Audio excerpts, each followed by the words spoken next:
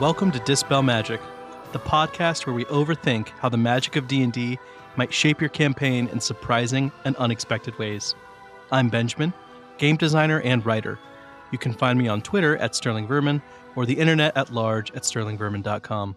And my name's Dane. I'm a Dungeon Master, podcaster, and voice actor, and I'm everywhere at Danger. Wait, no, I messed it up.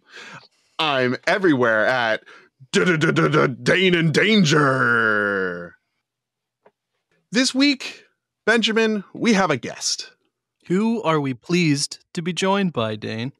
We're pleased to be joined by this week on the very sacred ground of our podcast by Kurt Krenwelge. Kurt is a bardic paladin who runs the Sidekicks and Sidequests podcast. His podcast seeks to get at the humanity of his guests and the humanity of NPCs. There's a whole library of NPCs and side quests you can drop into your game today. Welcome, Kurt. Hello, huzzah. So your podcast, you create NPCs and you kind of build a world around those NPCs. Yes, that is correct. And at the time of this recording, your episode has dropped on my podcast, which you made a delightful pair of Hexblood siblings. Mm-hmm. Yeah, they're kind of creepy. They're a little creepy. Who may or may not run a very similar podcast to this one. we got spoiler alert with it. Go check that out at Sidekicks and Sidequests. Kurt, you chose a very interesting spell for us to discuss today. You chose the Hallow spell. Indeed. What got you interested in this spell? Well, that's a interesting question because I remember filling out the form and I was like, oh, it'd be really cool to talk about like divine intervention because that's like a pretty cool thing. But then I realized, and you came back with like, well, that's technically not a spell, it's a class feature. So I was like, okay, good point. Well, there has to be something in the realm of that, something to do with the gods, like, you know, mortals interacting with the gods. And I was like, I'm pretty sure, like, I was thinking of maybe like the MCDM Strongholds and Followers books, I think, has like magic items or installments that have to do with like consecrating or something. So I was like, there's got to be something along those lines. So I was like, I Googled it and then I was like, oh yeah, that's right, Hallow. So I was like, yeah, this looks like a pretty good spell. So something to do in the realms of like, you know, the higher tiers of play, but also just like helping to expand upon kind of like the feel of the world, since, you know, this podcast talks about the magic and, you know, obviously in a lot of settings, magic comes from the gods. And so what more way to get real about magic and its implications than something that directly involves the approval of the gods, as it were. Well, then you know what? I say we just get into it. Let's dig in to the Hallow spell. Hallowed Earth, digging. Get it? Get what I... No, anyway. It's not quite the same. Dane, why don't you tell us about the spell? Okay. Hallow is a 5th level evocation spell available to clerics. It takes 24 hours to cast, has a range of touch, and its duration is until dispelled. The spell text says, you touch a point and infuse an area around it with holy or unholy power. The area can be a radius up to 60 feet, and the spell fails if the radius includes an area already under the effect of a Hallow spell. So no chaining the Halloweds. Adjacent but not chaining, correct. Indeed. The affected area is subject to the following effects. First, celestials, elementals, fays, fiends, and undead can't enter the area, nor can such creatures charm, frighten, or possess creatures within it. Any creature charmed, frightened, or possessed by such a creature is no longer charmed, frightened, or possessed upon entering the area. You can exclude one or more of those types of creatures from this effect. Second, you can bind an extra effect to the area. Choose the effect from the following list, or choose an effect offered by the GM. Some of these effects apply to creatures in the area. You can designate whether the effect applies to all creatures, creatures that follow a specific deity or leader, or creatures of a specific sort, such as orcs or trolls.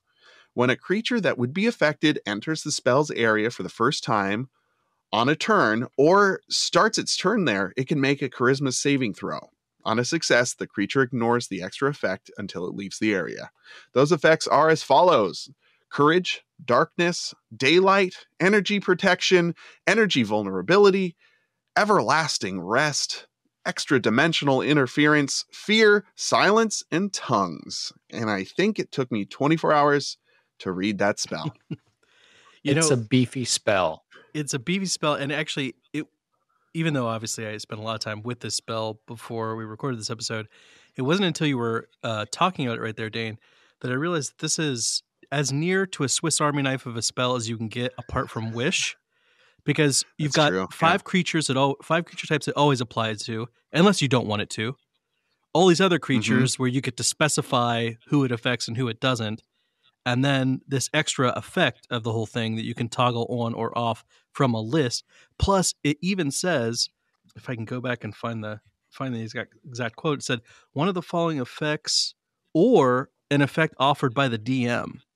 Yeah, so that's it really big opened. Yeah, backdoor policy. I didn't really think much about that when we were looking at the notes for this episode, but basically anything that your deity would allow to happen in that spot, the GM can say, yeah, go for it. We'll allow that to happen in that spot. So it's especially for anti-gravity, poison, who knows? I want this to be a floating bubble. I want everybody to just bounce around inside. I want it to be a bouncy house spell. Is what I'm hearing. So for a 5th level spell, though, this is really amazingly comprehensive, super flexible and comprehensive. Anyway, the only other spell that it kind of reminds me of is a much higher level spell, Symbol, which allows a lot of these same things in a similar area, but it's a 9th level spell. So, right. You're not just going to be casting that every day. True. Well, you will cast it every day because you get a 9th level spell slot back every day, but okay. All right. Okay. You won't be casting it multiple times every day like you can with this. Benjamin, what are some of the expected uses for this spell? It's kind of been blown up a little bit by this whole realization that the DM can add effects, but I think the most common expected uses are kind of as a way for the party to consecrate some ground as either holy or unholy, kind of maybe a little bit of a base building element there. And then the other expected use case I can imagine is to prepare for a big fight against celestials, elementals, fae, fiends, or undead, or some combination of those things. If you knew you were going to go up against one of those creature types, especially if you thought you could provoke them to coming to you, this would be a great spell to cast. That's the key, isn't it? Yeah. You need to get them to come to you with a 24-hour casting time. Definitely takes the cake for the longest casting time that we've with that covered. Casting time, I imagine it might also be useful if the players are in a situation where maybe they're having to negotiate, or like you were talking about, kind of like building a stronghold or something like that. And so they've vanquished the foes within, and like, oh no, this is a desecrated spot. Mm-hmm. Okay, well, the cleric, am going to spend an entire day petitioning and pleading with my God to reconsecrate and remake this space hallow once again, to prove, the glory, the majesty of, the deity that I serve. And then everyone who comes can be like, oh, look at the powerful cleric, the servant of this God who, exercises such might and power. Kurt, I really like how you phrase that, of negotiating with your deity. I can just see like the casting be this cleric completely arguing with seemingly themselves, pacing back and forth, well, what if this happens? Let's make a deal here. Sometimes prayers are negotiation. Sure. I mean, petitioning, begging, pleading with your God to just be like, come to us in our hour of need, make this space sacred once again, kind of a thing. I could also see this as being a fun kind of a mini game, like where the rest of the party has to stave off waves of enemies and Oh like yeah, I think I mentioned manage that their in my reach. notes lower. I think this Oh, would there you go. Yeah, I think this would totally be I think it's more in like a battlefield setting, like if you're imagining like a World War trench no man's land kind of a thing, and it's like the ninth level, you're casting like a ninth level version of this spell because you don't want it to get dispelled in the middle of battle. And so Sure. like the cleric is there praying, and so like it's like a zombie horde mode, and so you have to hold the edges. Meanwhile, like waves of undead or whatever are coming, and Wild. it's kind of like a meat grinder mode or something like that. Yeah. Now you're kind of coming at this spell from kind of a lore perspective, right? Oh yeah, sure. I mean, I as well as a DM, kind of thinking like bigger picture, sort of like and inspired by your podcast as well, being like, okay, well, if I'm taking this spell at face value and it's really real, like, what does that mean for a world? And to me, this spell seems to describe, providing context for how maybe certain places in the world are deemed as like holy sites or damned spots, if you will. So, like in the ancient times, like in the turmoil part of your world's history, it's like, these were the great heroic figures of the past or the great villains of the past who were able to use the spell maybe at a higher level, or maybe even the gods themselves when they were walking the mortal world were able to just designate certain spaces as like, this site is, yes, will allow these things to happen, or no, this site is cursed, and so I will not allow things to happen here, kind of And thing. those gods would probably only take an hour to cast it. Or maybe even instantaneously because they're gods. What? Okay. Okay. Going crazy, Kurt. Going Yeah. crazy with it. Yeah. Why not? But you also have some thoughts about a low magic setting. Oh yeah, for sure. Like if you're in a low magic setting, and you're not encountering many people who have the ability to do arcane, nature, divine type magics and stuff like that. If you were a cleric in a low magic setting and you were able to perform this, yeah, you probably would be regarded as like a living saint. Like people would call you holy. They would flock to you. Whatever you would say or do would inspire people to finding faith, finding religion and hope, and they would probably flock to you. You'd probably get some sort of religious order named after you and stuff like that. Sick. And so then with your game world timeline advancing, like if you're playing a session, maybe like several, generations later, you could be like, oh yeah, remember that one character I had? Well, now he's gone on to form on this entire order, and now maybe there's more magic in the world.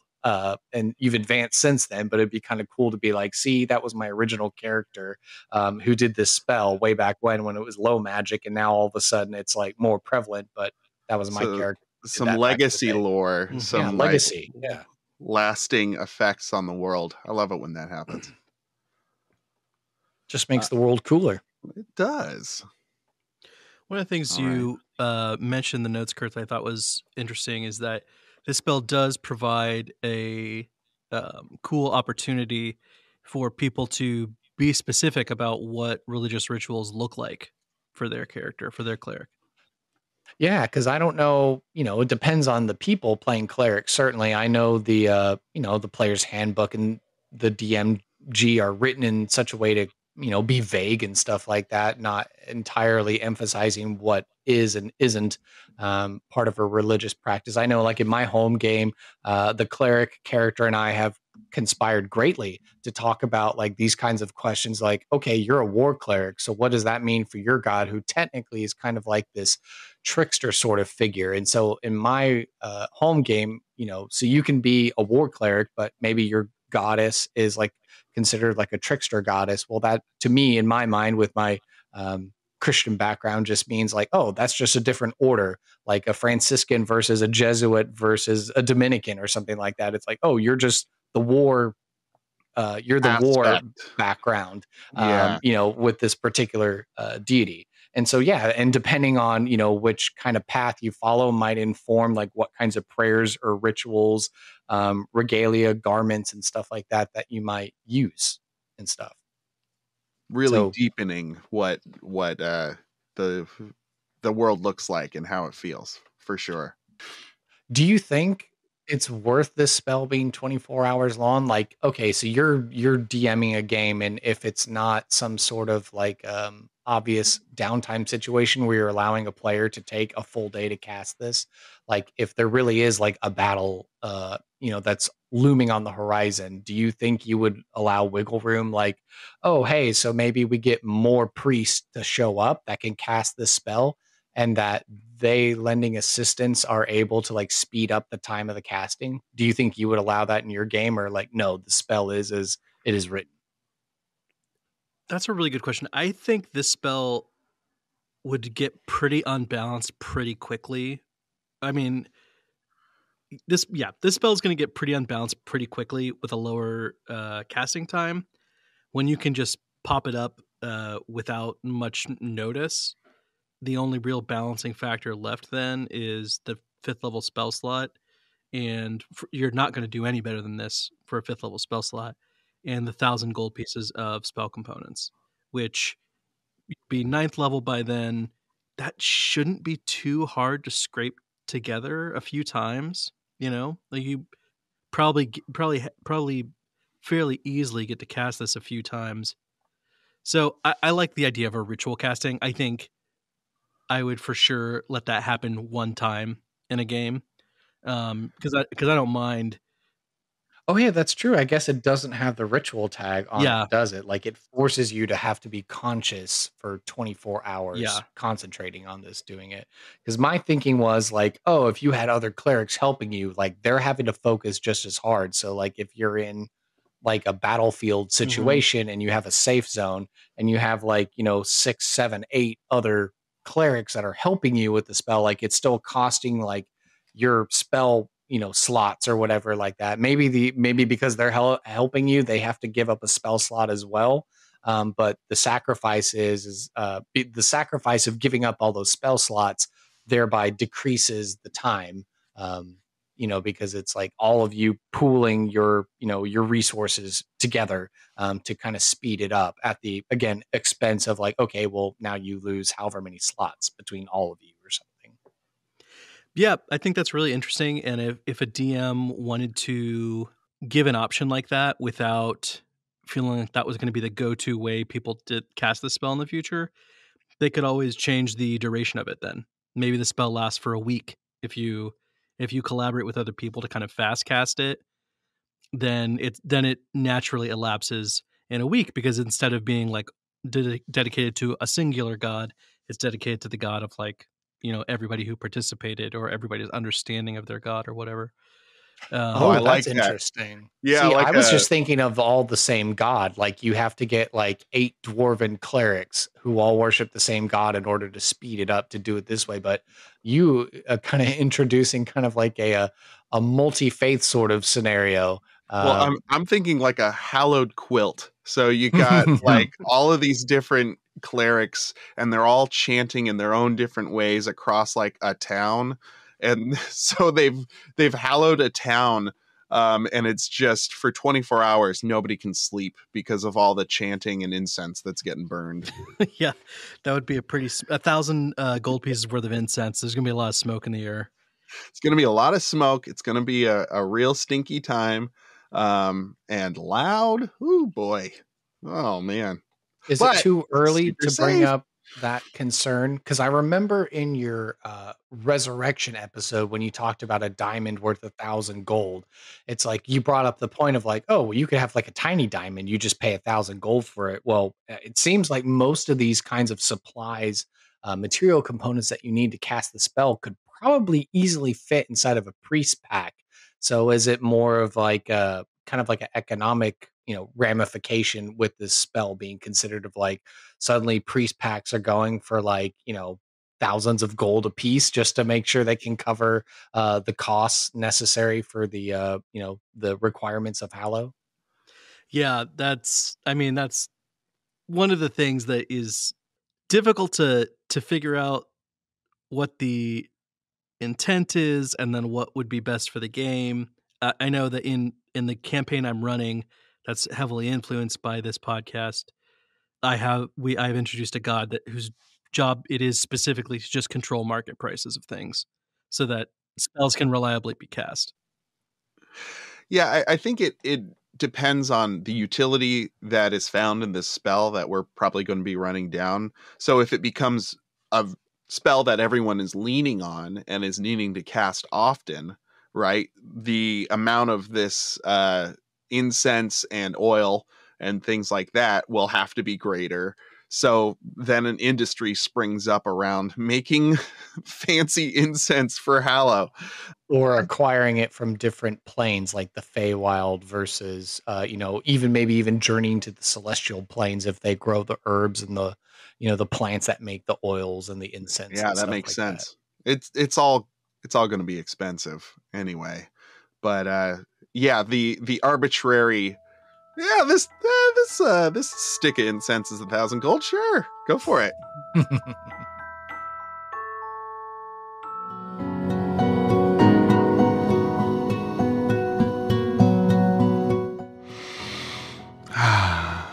That first sip of coffee in the morning, it can be downright heavenly. If you want that feeling every morning, come on down to Hallowed Grounds, where coffee can be a religious experience. Let our divinely inspired baristas fill you with rapturous delight. Every cup served positively radiates divine light. And by that we mean it actually glows. It was one of the effects the owners prayed for when the spell was cast. Come by on Sundays and grab a slice of our always popular angel food cake. On us. Donations strongly recommended. Hallowed Grounds. Holy water, holy beans, holy coffee.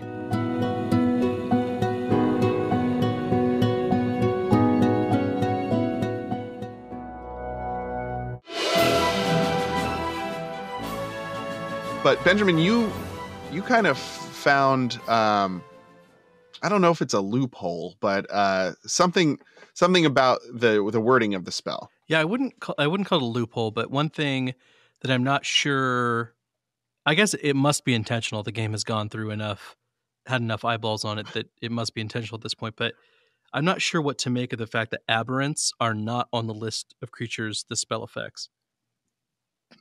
If you look at Detect Good and Evil, that's a spell that lets you know if creatures that in past editions were called outsiders, which is creatures native to planes other than the material plane. Detect Good and Evil lets you know who those were, and that included all of the creature types targeted by Hallow, but also aberrants. So the fact that aberrants is off this list strikes me as a little strange. I'm just not sure what the purpose of that is, because it seemed like Detect Good and Evil meant like introduced a kind of category that all of these creature types fit into, but then it's not here. So you could What does maybe it spin mean? that out. Yeah, I mean, you could What make does it some meaning of mean? that for your game if you Sure, yeah. like the I know idea of I it. have a theory.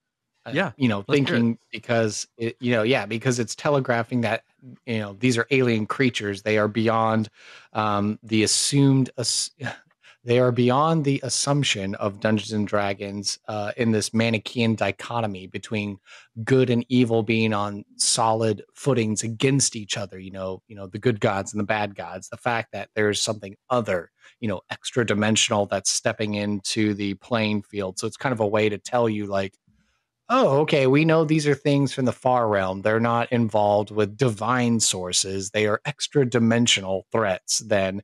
And so then it gives you an ability to maybe kind of like re-strategize and figure out, okay, we need to prepare psionic defenses and psychic resistances and ways to combat, those kinds of things that aren't necessarily immune to, like, arcane divine nature based sources and stuff like that. I'm imagining, like, how Magneto developed his helmet to protect himself from Yeah. Charles Xavier's psychic influence and stuff like that.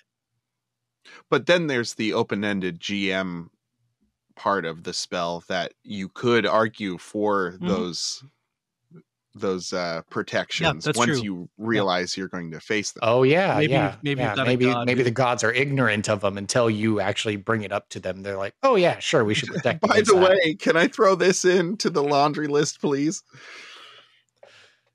yeah, it could also Good be that point. Yeah. you worship a god that hunts aberrants or maybe not hunts aberrants, but like protects the manifested world from aberrants who are outside space and time or whatever. And so that's one of the extra effects that they can lend, is that the spell also affects aberrants.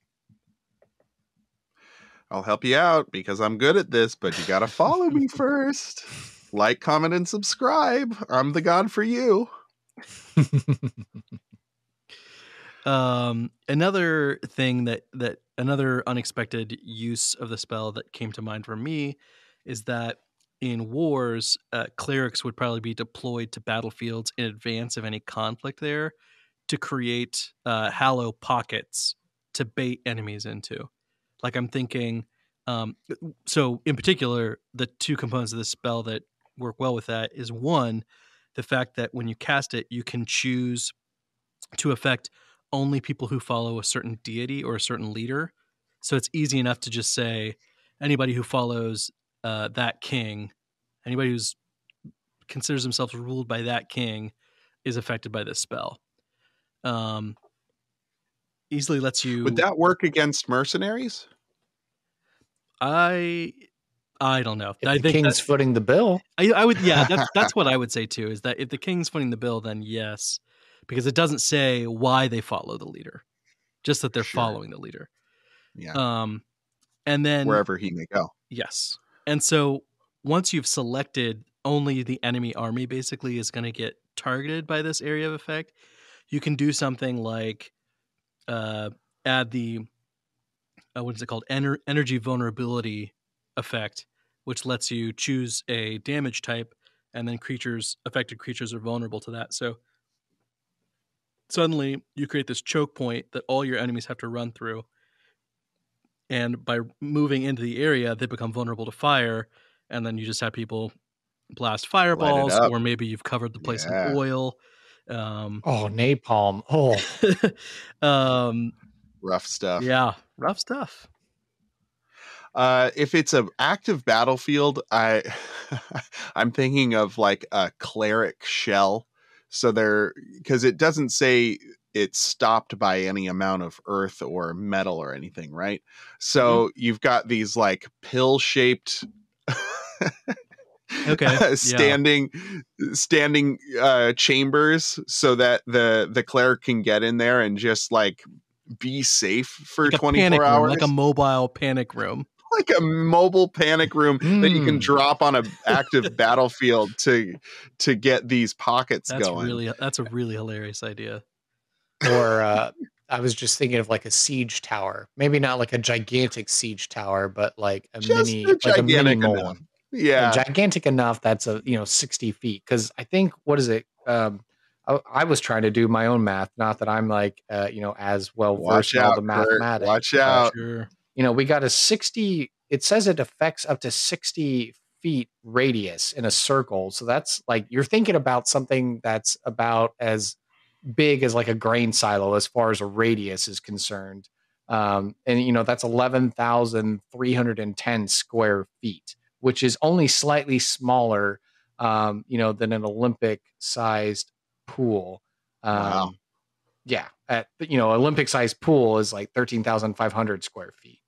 And if you have multiple ones casting, Hallow spells side by side, I think like with a group of like 6 or 8 of them, if you wanted to just blanket an entire area with Hallow spells, you can make something about as big as like an American football field.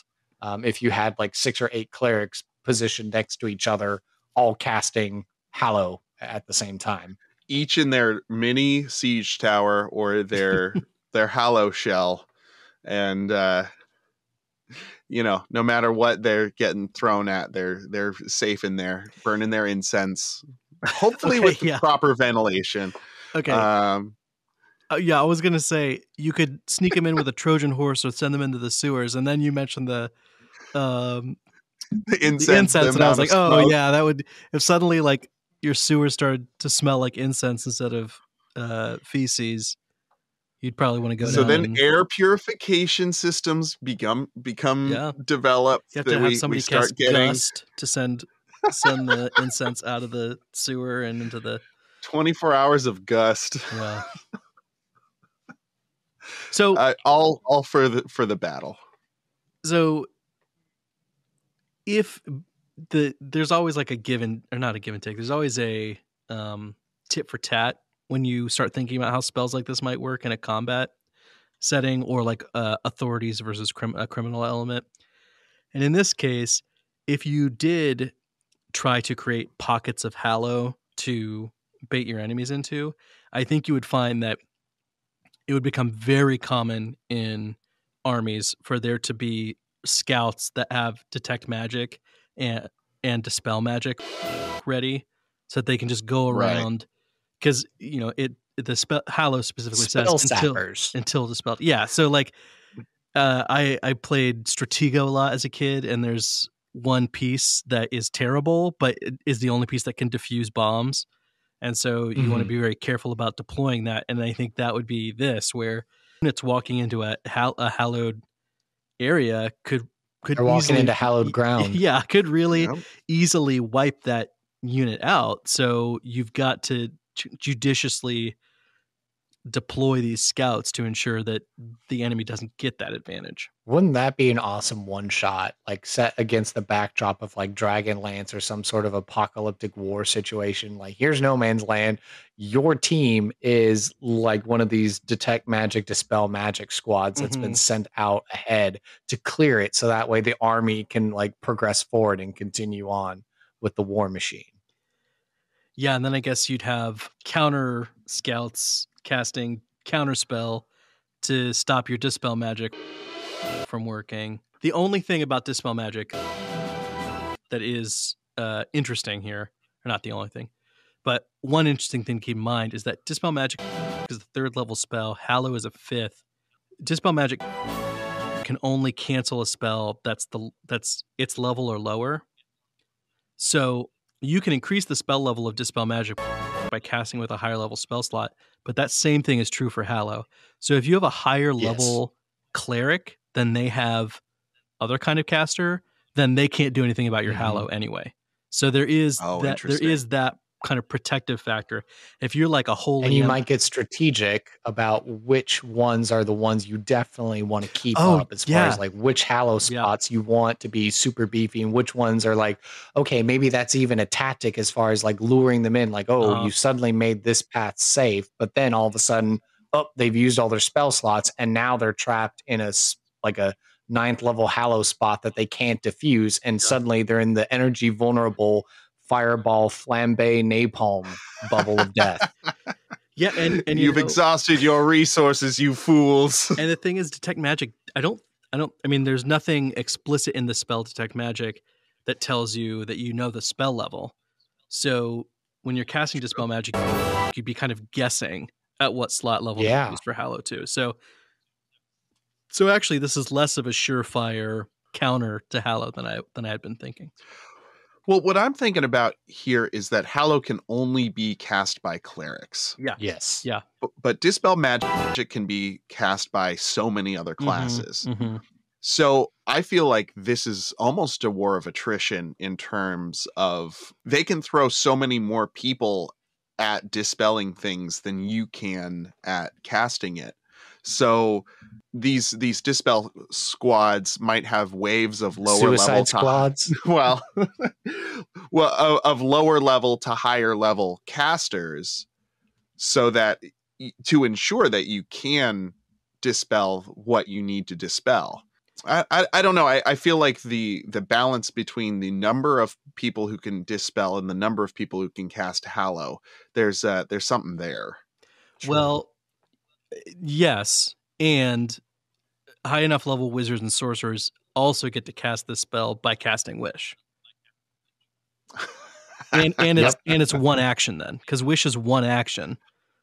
So that's that's the other taking thing. Out the 24 hours. Yeah, so that's the other thing, is that if you really needed to make everybody vulnerable to fire right now, you can just have your high level sorcerer walk in there, plop this down with a Wish, and then he's going to beat feet while everybody throws fireballs into the area. A ring of fire. A circle, more like, because I think it's going to be it's not just going to be a ring. It's got the entire center of it is going to be on fire too. So I'm just thinking about the Suicide Squad thing. That would be such a cool one shot to do. Like, okay, you are a reject criminals that we're sending out into the battlefield, dispel all these Hallow spots, but make sure you pick the right ones. And if you don't, we explode your head somehow. Mm-hmm. Yeah. Or you'll just get exploded by a fireball. Yeah. You're going to be vulnerable anyway, so we'll just pick you off. Do your job good. Stepping away from the horrors of war, the first thing that really came to my mind is the idea that every major city would probably have a center for diplomacy that included this spell and added the tongue's benefit to all creatures. And the tongue's benefit means that all affected creatures within it can speak to one another. So I think that's a really cool idea. And I think, for me, whenever I think of an effect of a spell that's so beneficial, it would almost exist anywhere, I immediately start thinking about organizations or institutions that have made it their work to replicate that. And so in this case, like, I can imagine there's either a religious institution or a monastic tradition or something else that is casting this spell and ensuring that there is a place for people to go to discuss their issues without having to worry about what language they speak, and is kind of a pro-diplomacy force in your setting. Yeah, and since, D&D doesn't really give you a good reason as to why a common spoken or common signed language would exist, how about the lore implications of these kinds of groups existing? And now this is the reason why a common language even exists to begin with, because everyone could sit down and be like, okay, so this word means this in your language. So then between that and the sounds that we can produce, what is going to be the most effective way to verbalize this thing to mean this thing?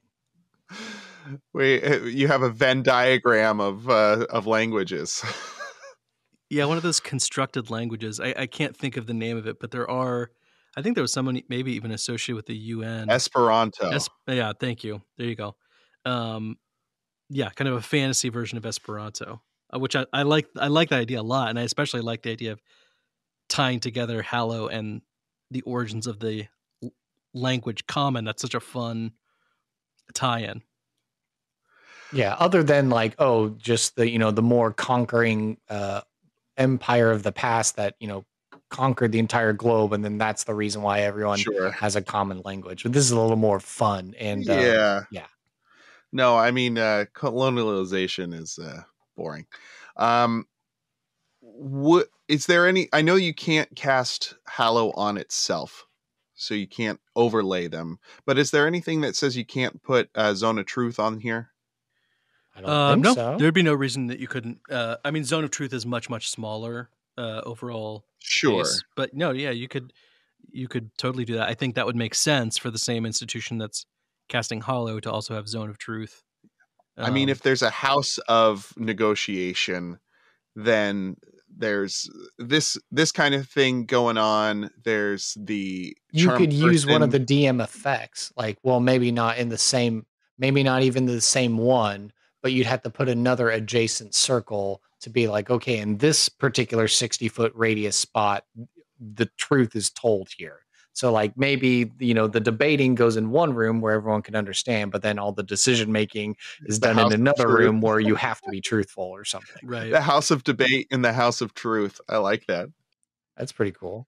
And I really don't see why this spell isn't cast on any holy building in any graveyard. You can't bring any of those people back to life. As undead specifically, though. You can bring them back to life, just to actual life, not to undead life. Oh yeah, there you go. That makes sense. I'd imagine that any graveyard has this cast on it. I'd imagine any church or holy building has this cast on it. I'd imagine rulers' bedrooms would have some flavor of this cast on it. So teleportation interference. Yeah. So that way you can protect treasuries, you can protect castles and armories and stuff like that. So plane shift, dimension door, demiplane won't work. Banks would have that, so you can't get into the, Well, you can get in. That's the thing, is that the spell doesn't prevent people from teleporting in. It's just once you teleport in, you have to make a saving throw to be able to teleport out again. Okay. So Okay. it's That's a good still point. valuable, especially Yeah. for banks, but less so to like prevent assassinations on the king or something, or any kind of other leader. But I do think that you're totally spot on, Dane, and that like any building of real cultural import is probably going to have some version of this. Certainly, almost every temple, like unless you're like Yeah. way out in the sticks or are a fledgling religion, Shrine.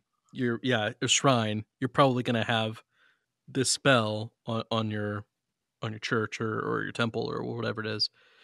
The point you made about graveyards is really interesting, and the idea had occurred to me that the everlasting rest is one of the effects, which means that people can't be turned to undead or bodies can't be turned to undead while they're within this zone.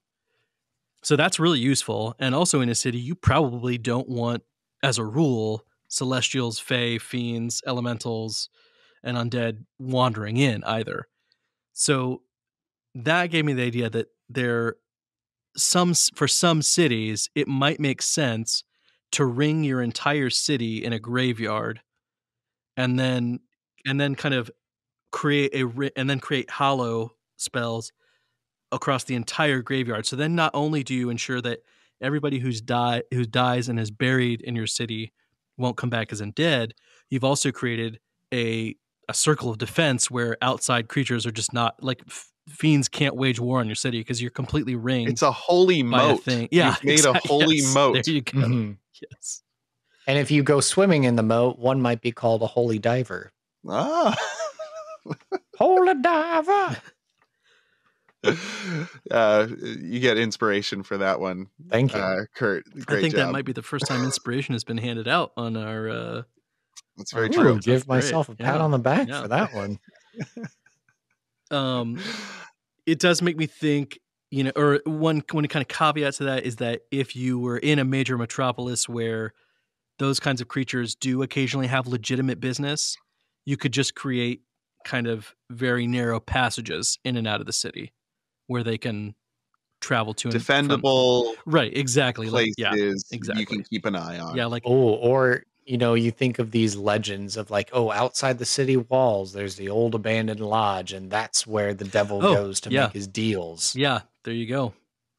I like that also, that there might be some place outside the city where if you've got legitimate in quotes, I guess, business with a demon or a fae or a fiend or I guess demons. And they use the unholy version of Hallow, or they use it for unholy purposes. They do their own Hallow, so it's like only devils and fiends and stuff can come in, and mortals can come into this place, but no angels or anything for sure. like that. Yeah. Maybe each one has their own diplomacy center outside of town where there's tongues so they can all talk to each other, but they don't let any other kind of outsider in there. Excellent. Well, Kurt, thank you again for joining us for this rich and varied episode of Dispel Magic. Do you have anything you'd like to plug? Oh, sure. Yeah. Well, certainly I want to thank you guys for allowing me to nerd out with you and overthink the magic on this one. You even gave me a lot of things that I hadn't already considered more to think about and incorporate. And now I wonder if there is a city in my world that's surrounded by a ringed graveyard around the entire city. That's pretty cool. I like that idea. So I'll have to stick it somewhere in my world. But so the podcast, Sidekicks and Sidequests, can be found on all your major podcast players. So everywhere from Apple Podcasts, Google Play, Spotify, Overcast, the whole thing.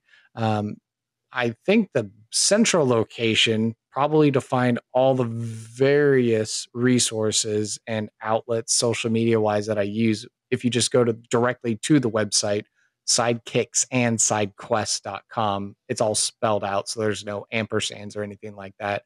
Reddit, I have a subreddit, and then a Patreon as well. I know you guys got a Patreon. I've got a small but mighty little Patreon that it's pretty cheap, $1 to $4 a month. And you can get some pretty nifty little things. I don't want to overcommit and promise the impossible, but yeah, some pretty cool stuff. But yeah, I would just say if you want to find out more, just go to the central location at sidekicksansidequests.com. Excellent. Excellent. Yeah. Well, if you out there have any additional thoughts that you'd like to contribute to the Hallow spell, you can reach out on Twitter. We are at Dispel Magic Pod. Thanks so much for listening. We'll see you again after your next long rest.